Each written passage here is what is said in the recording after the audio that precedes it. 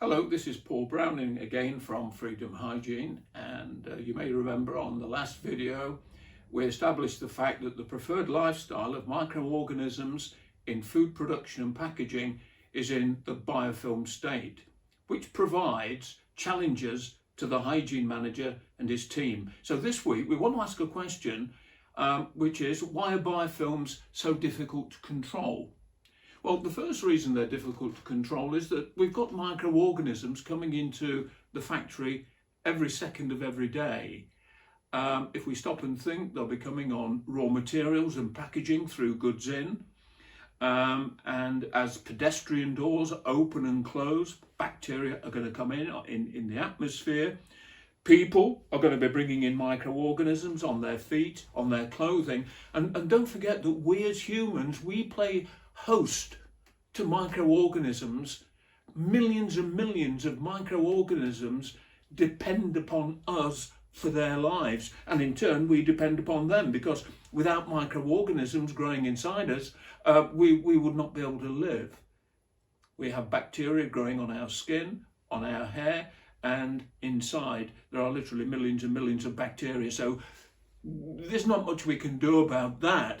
We've got to accept that bacteria are coming into the factory all of the time.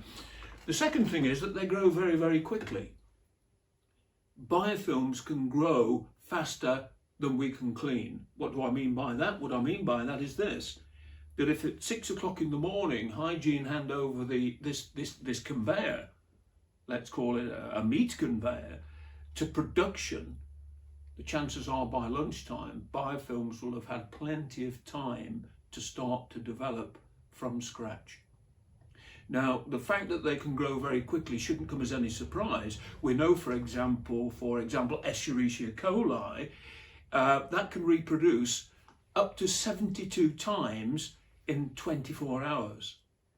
If we take a single parent Escherichia coli, in theory, it could produce enough offspring in less than 2 days to provide a mass of E. coli greater than the weight of the planet upon which we live. Now, we know that doesn't happen for a variety of reasons. One is, of course, that bacteria's lifestyle is minutes. They don't last very long, but we know that they can reproduce very quickly. So biofilms grow very quickly, quicker than we can maintain cleanliness by cleaning. So we need to be aware of that. The third area is that the third reason why biofilms are so difficult to control is that they grow in areas where we can't get in with brushes or pads. They grow in areas of limited access and difficult access, and they have the capacity to spread in those areas. Now, we're very fortunate today. We can go into a supermarket, and for a very modest outlay, we can, for example, have this, one of my favourites. It's orange and cranberry top British ham slices. Or we could take this, which is 2 poached eggs, nicely presented, which 20 seconds in the microwave, we can have poached egg with a yam.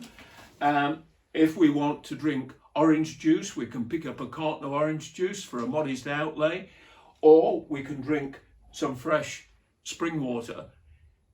Now, the reason I'm mentioning all of these things is that we can get just about any drink and any kind of food which is produced to a very high standard from the shops and the major supermarkets. But when we stop to think, let's just take one of these, for example. Let's take the sliced ham. The speed at which ham can be sliced and packaged is amazingly fast.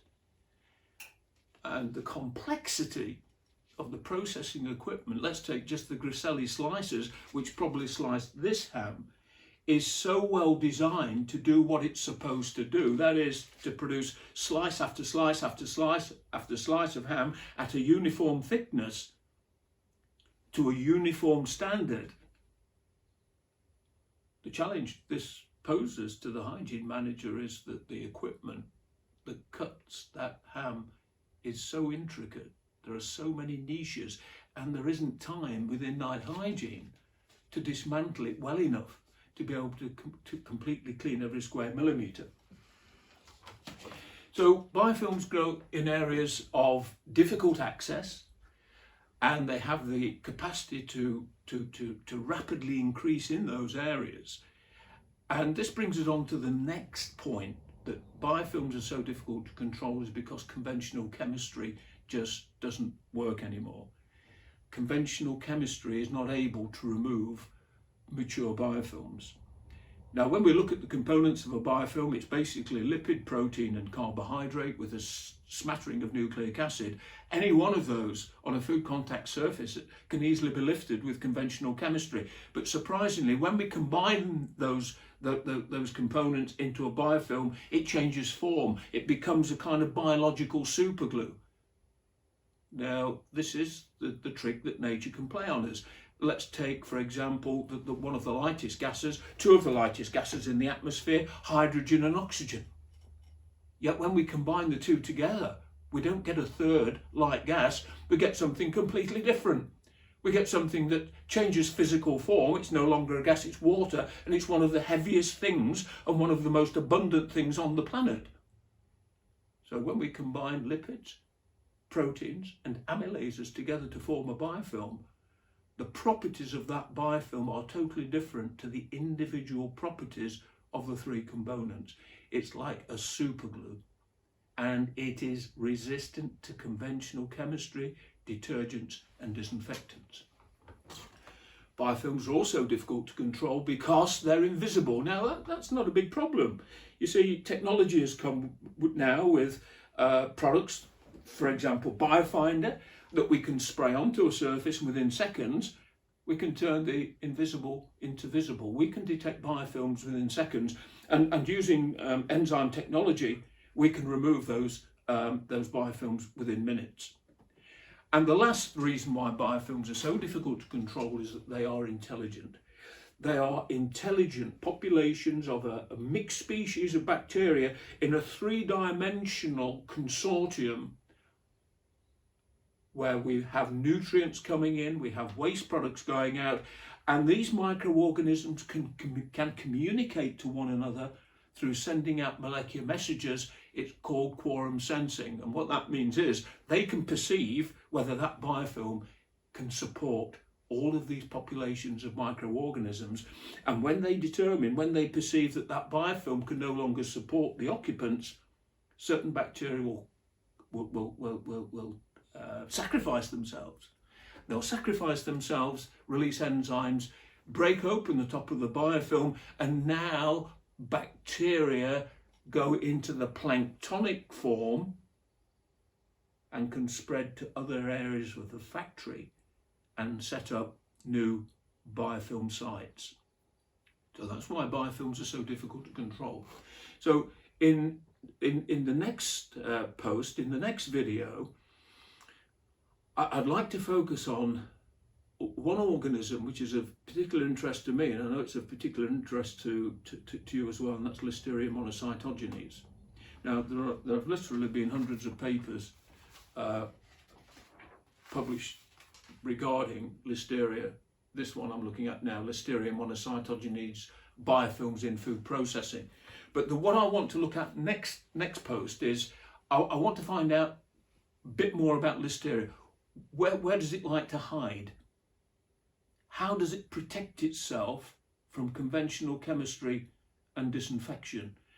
And one of the biggest surprises of all is the fact that Listeria monocytogenes can form a relationship with other bacteria to aid in its protection, and yet paradoxically Listeria is very easy to eliminate.